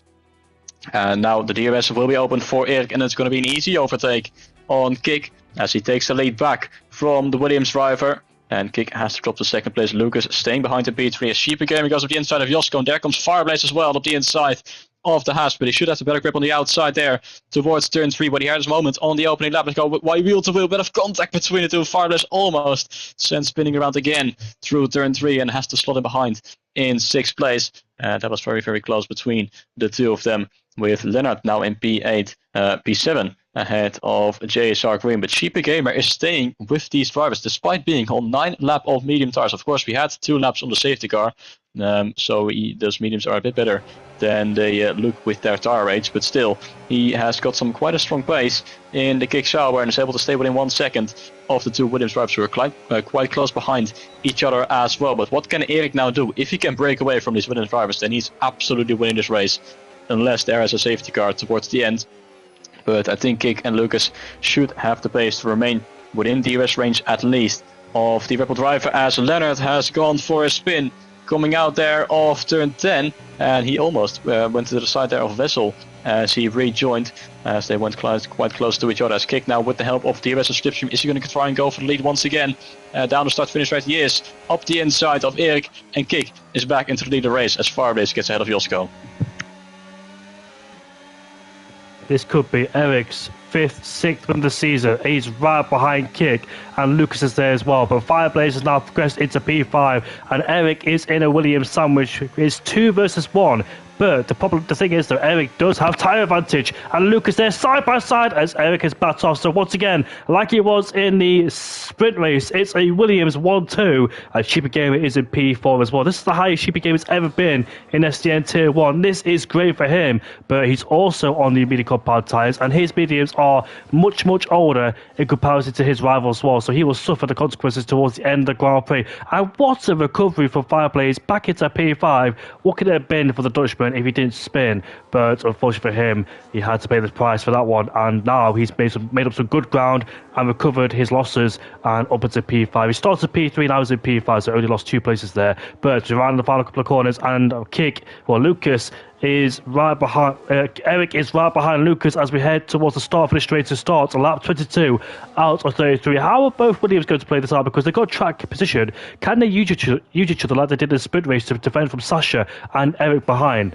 So let's see if they can try and play that card. But it might be unlikely due to the fact that they're on the mini-compound tyres and they could be dead towards the end of the Grand Prix. So Eric will have the tyre advantage towards the end of this race. But I think Eric, he can't afford to make any sort of silly lunges. Well, he actually can, to be honest with you, because he has got a massive gap in the championship, so he can do whatever he wants as long as he doesn't play silly games with anybody towards the last stage of the season. But Shiba Gamer, his pace is actually looking very strong so far in P4. And we know he used to be a Div 2 driver too, and every time he's been in Division 1, he's always been near the back of the field. So good credit there for Shiba Gamer in fourth place for the Dutch driver, running a solid race so far, but it's highly unlikely that he'll be on the podium unless a safety car comes out, then they're back on the level playing field again. But it is Kick who leads this race ahead of Lucas. Kick hasn't had a win, I think, since back at the Hungarian Grand Prix. He could have won a sprint race, but he let his teammate go, and Lucas was the one to win the sprint race indeed. And Lucas has got his second win of the season too by winning the sprint and also winning the sprint of the Hungarian Grand Prix. But Fireblaze holds the pressure on Shiba Gamer hand over fist here. And Eric is right behind Lucas again. Use the battery, get closer and closer. And here comes Lucas then. He might see the lead of the Grand Prix. He's forced into an overtake, but no, he stays behind for the time being. These two are trying and create a roadblock against Eric. Try and keep him in P3. That's what they're trying to do. But they've got 10 laps left of this in this race. Both Kevin and me had an esports race. Oh, here comes the Mercedes down the inside of Shiba Gamer. He moves up the inside there, but can he complete the move? Going down in towards turn 5. No, he can't. But me and Kevin have an esports event. Yeah, Sasha, I'm very sorry. I thought you both rage quit. You could tell from my opinion, I thought that you could both rage quit due to what happened. But my apologies. And Eric, out of shape. And here comes Shiba Gamer. And right outside, in towards turn 9. The wheel to wheel. And there's barely any space get left in between. Oh, there's a massive crash in the background. Yosko has lost it in turn 9. Where Pastor Maldonado crashed back in 2015 or 14 and he's dropped down the order. This could have been a mega result for Yosko, but Eric is 1 second away from Lucas' Kick, and Fireblaze once again holds the pressure on Shiba Gamer. He's forced the pressure on the Kick Sauber, who's defended really well and also attacking Eric as well. As we now head towards the final corner, we go DRS wide open for the Mercedes driver. As we go down the main straight, you can't get past as Lucas and Kick there exchange first and second place. Let's try and keep that lucrative track position over the rest of the field as the Saubers and Hasses are squabbling away for P12 and P13. Yosko is in the pit lane. What a massive shame there for Yosko. He was running a solid, decent race, but Fireblaze is right at the back. Can he get him down in towards turn 4? We go, there's contact, and he forced him, he squeezed him out of the way. It was minor contact, but Shiba Gamer was out of shape. As we head down in towards turn 5, we go both down the brace. Shiba Gamer slipped from the inside in towards turn 5, but Fireblaze gets a better exit. Use the battery to boost himself out of the corner. As we head down towards turn 7, these two wheel bagging all the way through, and there's more contact. And Shiba Gamer's off the track. Through goes Happy Meal. He goes up into P4. Happy Meal to make contact, these two, like they did in Saudi Arabia. And Happy Meal goes up into P4. Here comes JSR Green now, side by side with Fireblaze. Fireblaze has been demoted down the order. He has now been shuffled into P6. Those two spent so much time squabbling. Now they're falling down the order. JSR Green is up into P5. The highest JSR Green's been so far in any scenario here at SDN itself. As we're heading towards the final corner, this scrap is intensifying all the way through this race. But so far, Kick and Lucas still lead, but their tyres surely in the latter laps of the Grand Prix will fall off the cliff as Happy Meal there is defended from JSR Green, headed down in towards Tier 1, but Happy Meal has defended. Do you remember the first lap of the race? Literally, in the first few seconds, Happy Meal spun. He actually wheel spin and hit the wall.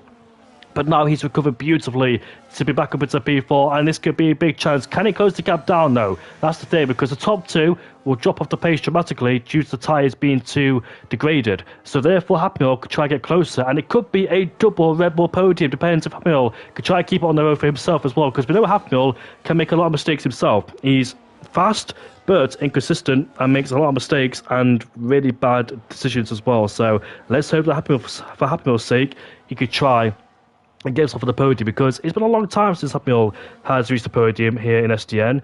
When was his last podium? It was back at the when was it? It was back at the Australia Grand Prix. That was a long, long time ago. It's actually the first race of the season, so he hasn't had a podium since then. I think USA, he picked himself a podium as well. But after that, he's been struggling so far this season due to lack of pace, mistakes, and inconsistencies, contact with people as well, and loss of heads, etc.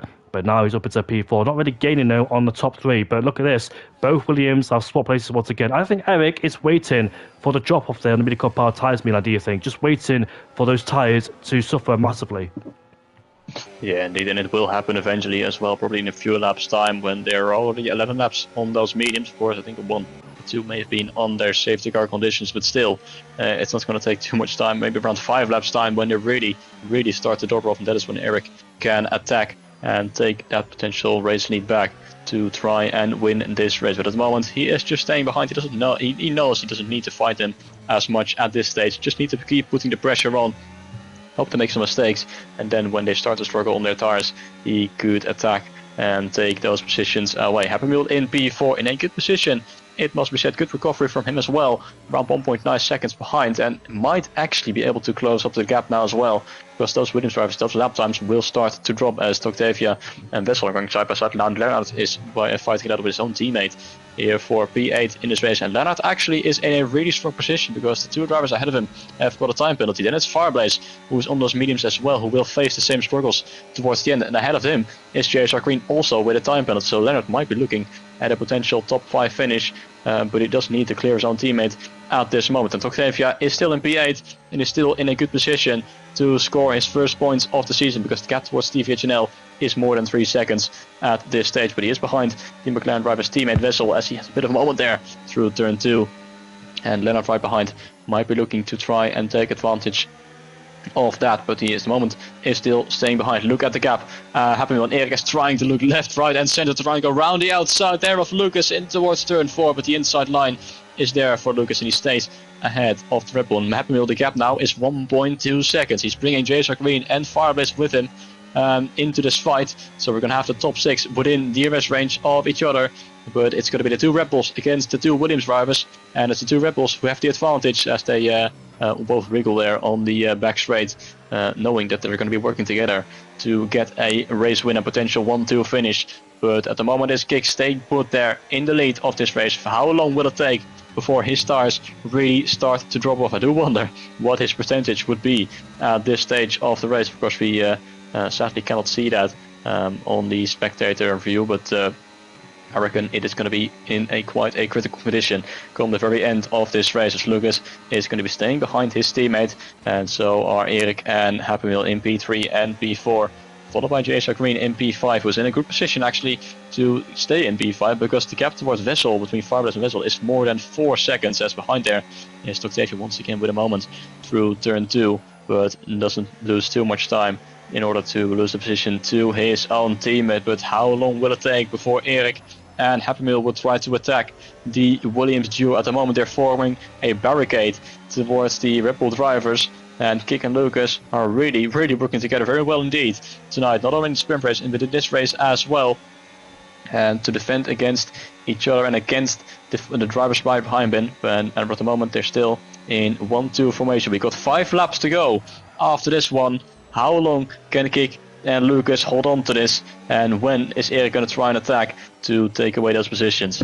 Indeed, this race is spiced up to be electrifying towards the end. We've got the 2 Williams versus the 2 Red Bulls, and this is going to go all the way down to the wire. The 2 Williams have done a mighty job causing a roadblock and being a barricade, like you said, against Erik, because Erik has tried many times to get past, but he can't get past. But maybe in the latter stage of the mini compound tyres will slowly but surely start to decay as we head down in towards turn when we go between the 2 Williams. They're not fighting. They know this is a big chance to win this Grand Prix. You know these 2 work well together. They've done it all season long. They've done it ever since they've been brothers, teammates, sorry, as Erik is right behind once again. You can see him carrying a lot more speed. He's got more grip through turn 3 as he's trying to go underneath him now in towards turn 4. Will he go down the inside towards 5 like he did the last lap? But he's too far back to do so, and he's trying to go around the outside again, but not to be, because we know Lucas will cut him off there and not allow any space to go around the outside. So there's a block defense there from Erik. How long can the 2 Williams keep it up? They've got so...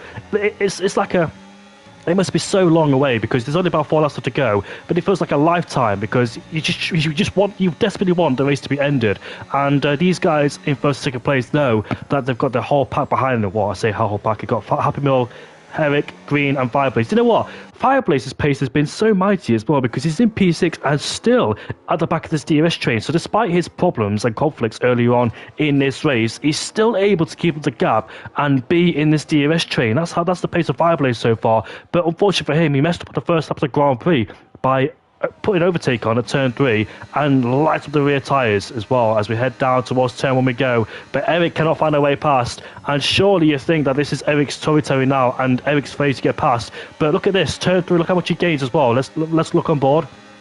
Not at this particular occasion, but in the last few laps, he's been super close. And maybe turn 3 could be an opportunity later on the Grand Prix, as he breaks later than the Williams there, going through turn 4. But in these slow speed corners, you can see that Eric gets closer and closer every single time. But on the straight, that's where the gaps are the same, because the guy ahead of him, Lucas, has the DRS at the back of Kick. So he gets close in the corners, but doesn't really get close on the main straight. This is great teamwork for Williams there. And I thought for 1 second, well, it's not over just yet, so I don't want to jinx anything, but these two, Lucas and Kick, they know how to play the team game. They know how to work together.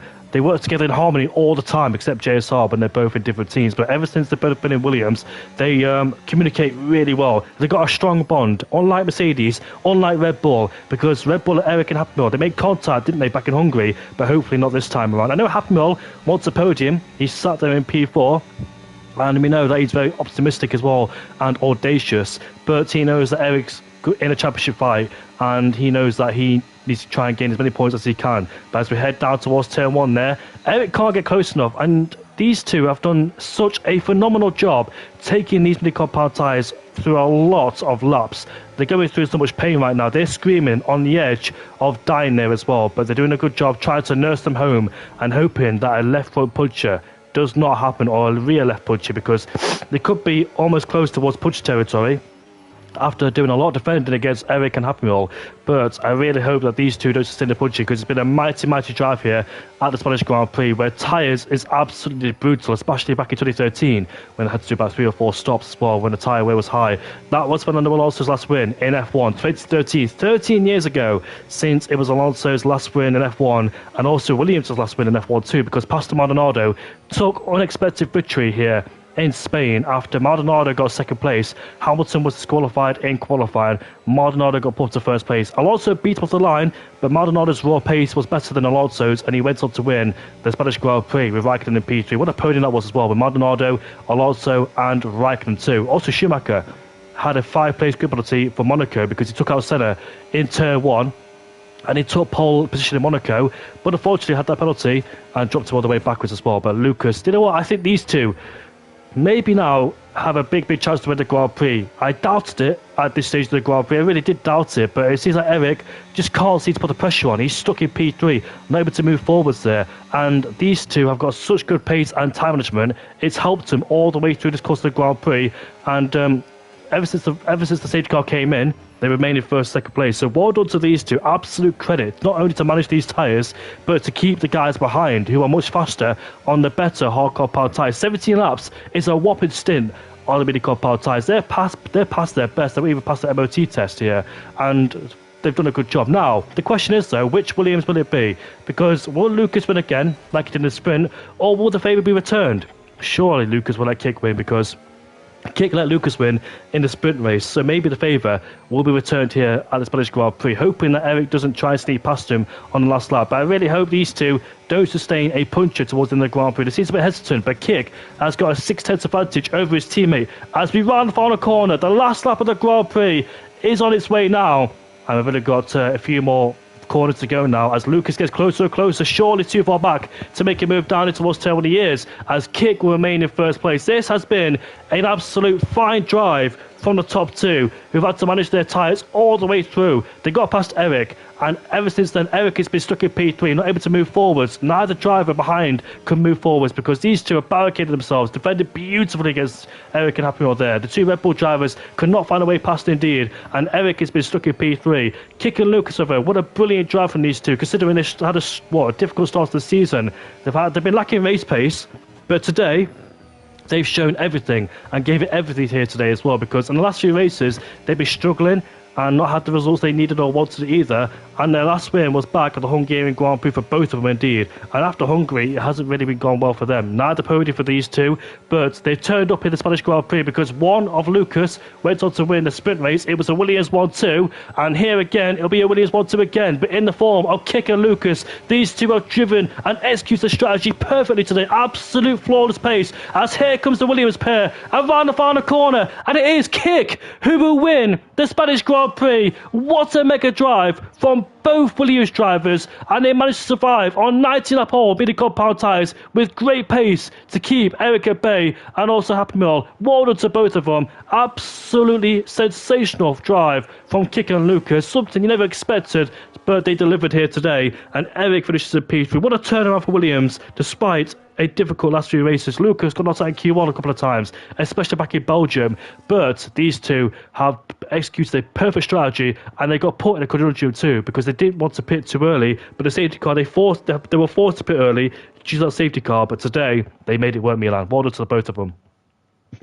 Indeed, I said that when the safety car came out, that it was terrible news for both Williams drivers, but in the end, it was the best news possible, because they made it work and finished in 1-2 in a position that they weren't even in before the safety car came out. But yeah, they executed that absolutely perfectly, and they managed their tires so well to be able to make that work and played the team game for the entirety of this race. And that is what brought them this 1-2 finish, just like in the sprint race. An ideal weekend for Williams, and it is Kick who comes out on top. Great to see him winning here tonight at the Spanish Grand Prix. And Eric has to settle for a third place, but I don't think he will be too good at maybe, because he is still, of course, way out in front in the championship. I think his closest rival in the championship was Mels, who didn't even race, and then it's Sasha. Kick might gain a few points, but Eric still once again with another podium, and continuing his incredible consistency this season. Happy Meal 4th place with the fast lap, and Fireplace, well done to him. He made it work as well. After that spin on the opening lap, he recovered, recharged, and put his mindset back in the right place, and still took a good top 5 result in the end, ahead of JSR Green, I think, with his best result of the season as well, in 6th place, and Muminique in P8 actually after getting disconnected. So a lot of great rise among the grid, but the greatest were from the Williams duo, with Kick and Lucas orchestrating a perfect 1-2, and Lucas actually from 8th on the grid to 2nd. So really, really well done for the both of them. An ideal drive, and well deserved actually, as well, despite a little bit of luck with the safety car. Yes, indeed. Then, yes, indeed. What a shame for Kevin and Sasha. But even though that if it wasn't for a safety car, they would still have to leave the session due to the esports event. So our drivers are in the podium interviews, and we get to hear from Lucas, Kick, and hopefully Eric once again. But we'll start with Lucas because I want to keep him waiting. But Lucas, congratulations on a sprint race, mate. Absolutely stunning drive from you. I know you were gifted the sprint race victory, but you still had to make it work to keep the guys behind like Sasha, Kevin, Eric, etc. to finish in 2nd or 1st place. So well done today, mate. Well, tell us your opinions about the race today. How hard was it for you today to keep the guys behind on the hardcore powered tyres? Well, yeah, we had to do half a race on mediums, which was quite hard.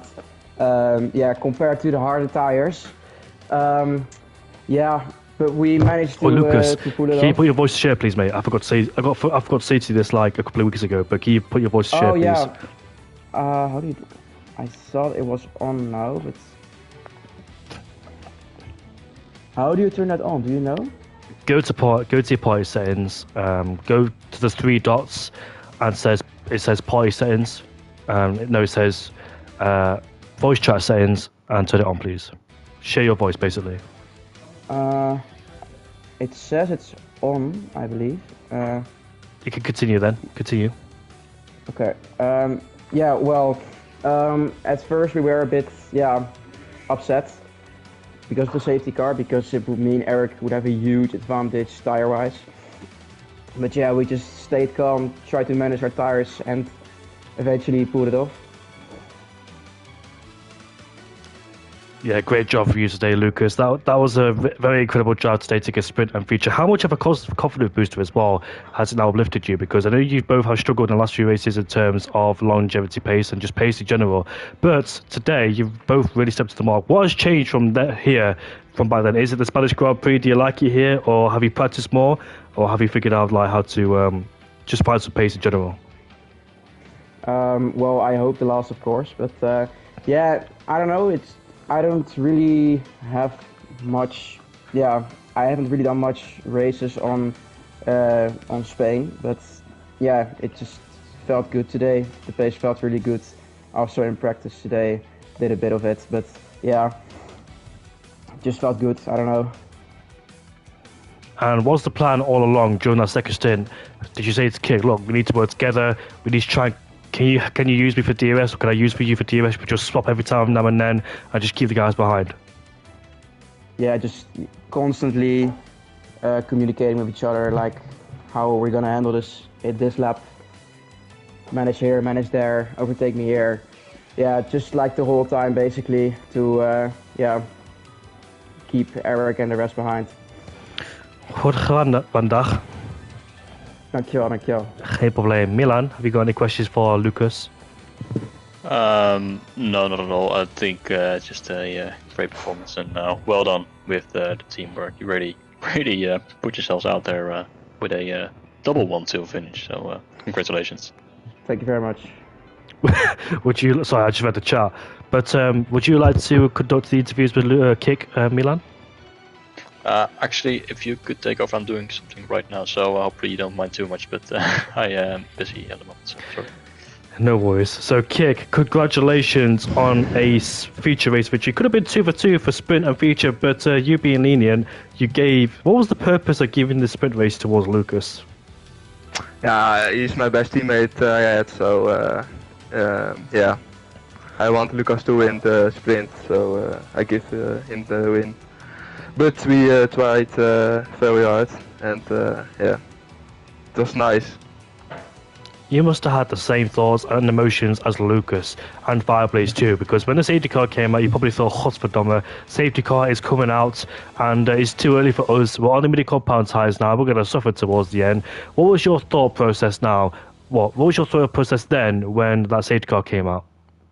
Yeah, first of all, I'm absolutely delighted with the race, and Lucas and I had good pace in the sprint race, and we knew we had to go for the hard-medium strategy in the main race. Yeah, it was a shame about the safety car, it came out too far, but yeah, we drove well and ended up with another Williams 1-2. And yeah, it was very nice, good pace, good time management, and I'm very happy with Lucas as my teammate. So happy for both of you because you did amazingly well, and this is what I love to see: teamwork between two drivers, especially in difficult situations, because you're both in a predicament, but you made that predicament work and managed to resolve it. But I don't know what it is with you two, but every time like a sprint weekend happens, you just thrive, because back in Hungary it was Lucas who won the sprint and you who won the feature, and today in the Spanish Grand Prix Lucas won the sprint and you won the feature, but this time it's a Williams 1-2, so I'm not quite sure what it is when it comes to sprint weekends, why you both are so great at it. I know you had a difficult race in Hungary, Lucas, but where's the pace? Where's the pace that came today, Kick? Because I said it every single time this season. You struggle to stay with the DRS race sometimes in the last couple of races. I'm not quite sure what it is, if the guys are too quick or you just struggle in general. But what is it when you had those situations before? Yeah, I don't have good pace at Jeddah. It was not my track, so, and unfortunately I have my internship going on right now, so I can't practice really much, so that's also a problem. But yeah, Spain is always a good track for me, so yeah. Well, you two became heroes towards the bit, surviving the mini-compound ties. How worn out were those mediums towards the end? Were you very nervous about Eric towards the end too?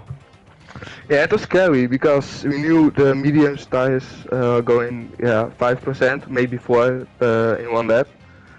But we have managed very hard the whole race. So I had 68% final corner, so I'm very happy with the time management.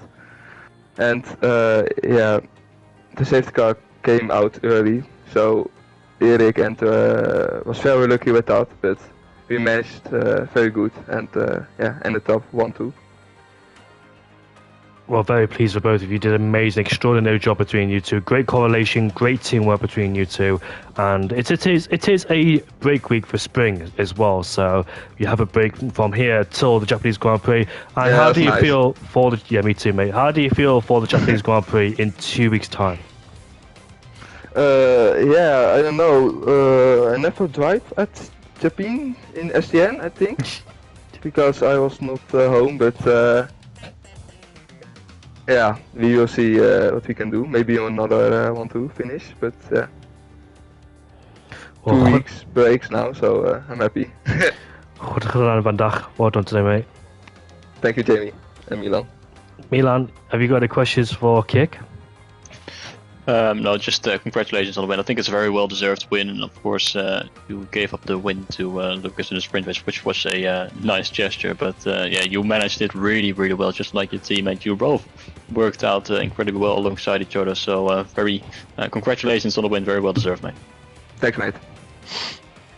That is it then for the Spanish Grand Prix, and I think Williams could close in on Mercedes because Miles Marquez wasn't here and Fireblaze finished their P5, so Williams edged forwards towards Mercedes whilst Red Bull continued to extend their championship lead after the Spanish Grand Prix. But Milan Langer, once again, mate, thank you very much for the comments today. It's been an absolute pleasure, and I always have an amazing time with you, mate. Thank you so much for being alongside me as always. Thank you as well. It's been a pleasure, and I'm really looking forward to the next one as well. Always a pleasure.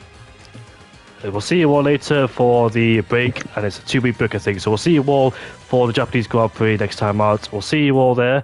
Goodbye for now. Land of the Rising Sun is next.